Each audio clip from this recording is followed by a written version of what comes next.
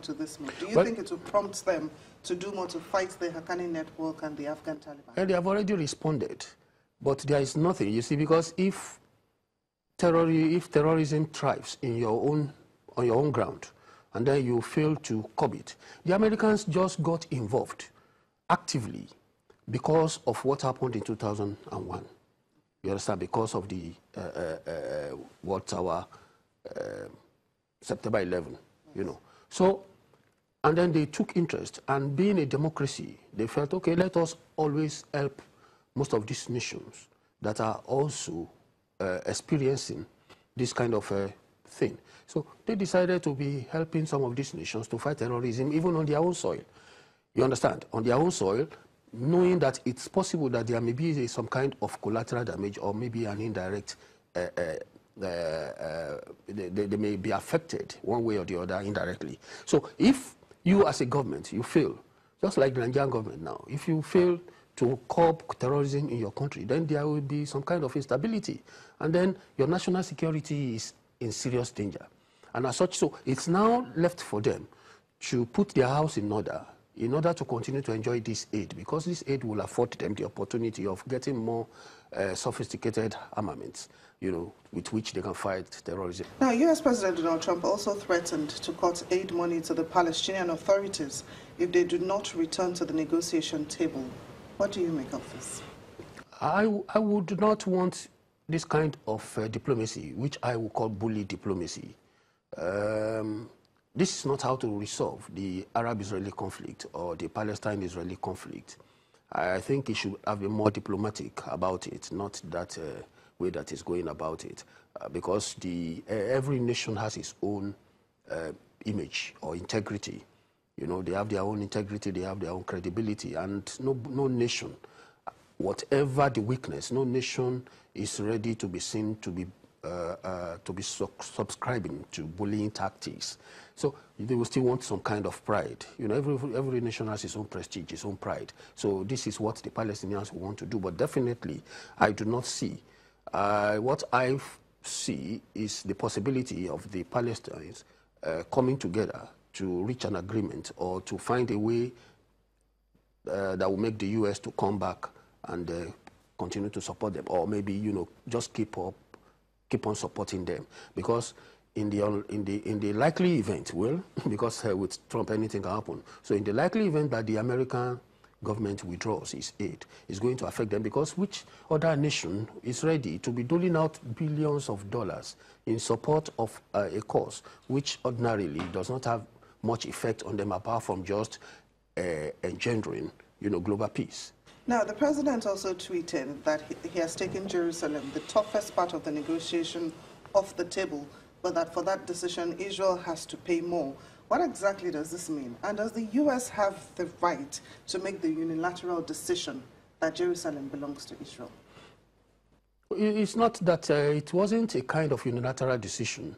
It wasn't an imposition.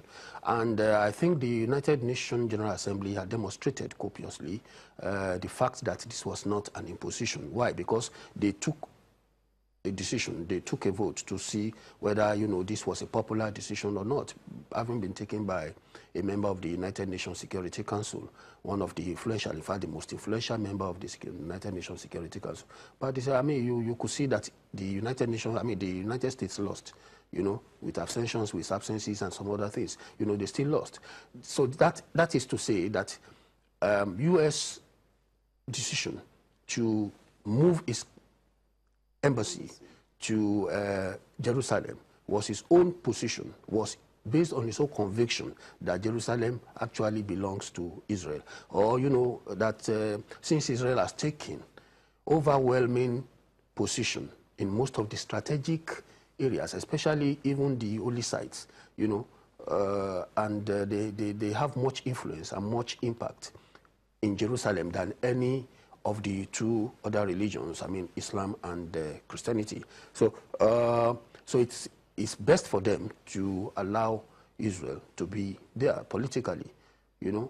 So, and as such, I don't want to believe that it was a unilateral decision. It's a decision taken by the United States on its own. So President Trump announced that the U.S. would move its embassy to Jerusalem. The Palestinians said the U.S. had lost its right to mediate in the peace talks and that it would look elsewhere for a mediator.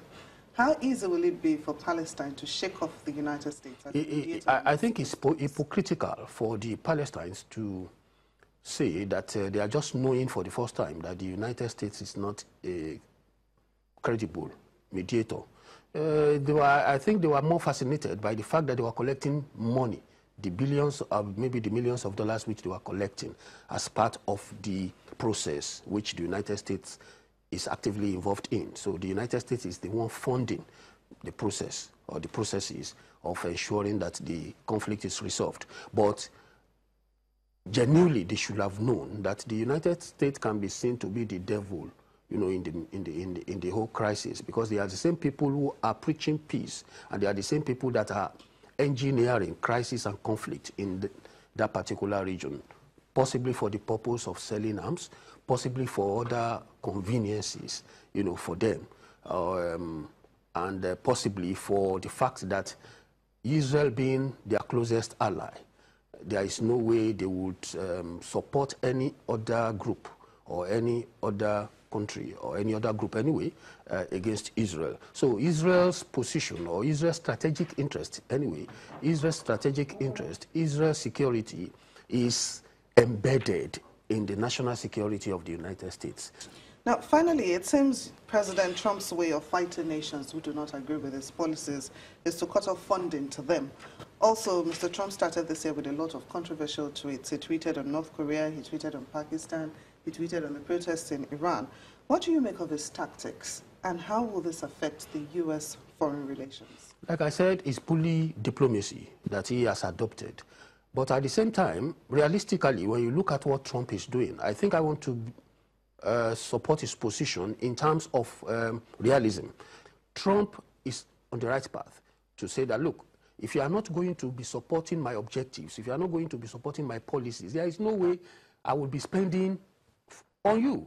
Why am I spending? When you are spending on a particular nation, you are supposed to get results for it. It's not the kind of Father Christmas policy which the Nigerian government did during the time of South Africa, when we were fighting for the liberation of South Africa. So they want value for their money. Still to come on Diplomatic Channel, whose nuclear button is bigger? Is it the United States or North Korea? That and many more coming up after the break.